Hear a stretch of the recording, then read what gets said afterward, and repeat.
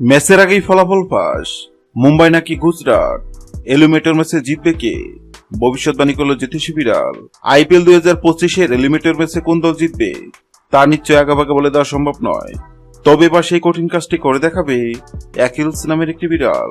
IPL 2025-এর eliminator ম্যাচের আগেই ফলাফল নিয়ে ভবিষ্যৎবাণী করবে অ্যাকিলস। এই জন্য তাকে দিয়েছে বিশেষ প্রশিক্ষণ। 2010 বিশ্বকাপে অক্টোপাস বলের কথা নিচে মনে আছে অনেকের। একের পর এক চমকপ্রদ ভবিষ্যৎবাণী করে দক্ষিণ আফ্রিকা বিশ্বকাপে ভিন্ন এক রোমাঞ্চ ছড়িয়েছিল পল। স্পেন যে 2010 সালে বিশ্বকাপ জয় করবে তা আগে ভাগে জানিয়ে দিয়েছিল অক্টোপাসটি। সুখবর আইপিএল 2025-এও আছে। আইপিএল 2025-এ জ্বর তুলতে প্রস্তুত সাদা রঙের বিড়ালটি। দবদবে সাদা নীল চোখের বিড়ালটির নামে অ্যাকিলস। নিবিড় যত্ন আর ভালোবাসা অ্যাকিলসের বেড়ে ওঠা বিশ্বের অন্যতম সেরা প্রাণী জাদুঘর সেন্ট পিটার্সবার্গের হ্যামিটেজে। শালিক দুটিনের জন্ম অ্যাকিলসের। সৃষ্টিকর্তা তাকে তিনি শোনার ক্ষমতা, তবে আছে তীর বনমান শক্তি। তা দিয়ে চমক দেখাতে চায় বিড়ালটি, কিন্তু কিভাবে? আইপিএল 2025-এর এলিমিনেটর ম্যাচ চলাকালীন অ্যাকিলসের সামনে দুই পাত্রে খাবার রাখা হবে। পাত্রের সঙ্গে লাগিয়ে রাখা হবে দুই দেশের পতাকা।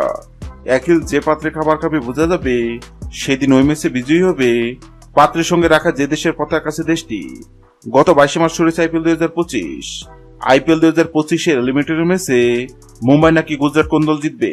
সেক্ষেত্রে অ্যাকিলস নামক বিড়ালের সামনে মুম্বাই ও গুজরাট নামক দুই পাত্রে খাবার রাখা হয়। অবাক করার বিষয় হলো সবাই ভেবে নিছিল বিড়ালটি হয়তো মুম্বাই নামক পাত্রে খাবার খাবে, কেননা মুম্বাই অনেক শক্তিশালী দল এবং সবাই ধরে নিচ্ছে আইপিএল এর এলিমিনেটর ম্যাচ জিতে মুম্বাই। কিন্তু সবার ধারণা ভুল প্রমাণ করে অ্যাকিলস নামক বিড়ালটি গুজরাট নামক পাত্র থেকে খাবার খায়। অ্যাকিলস নামক বিড়ালের মন কাণ্ডে অবাক হয়েছিল অনেকেই, কেননা বর্তমানে গুজরাট দুর্দান্ত ফর্মে আছে।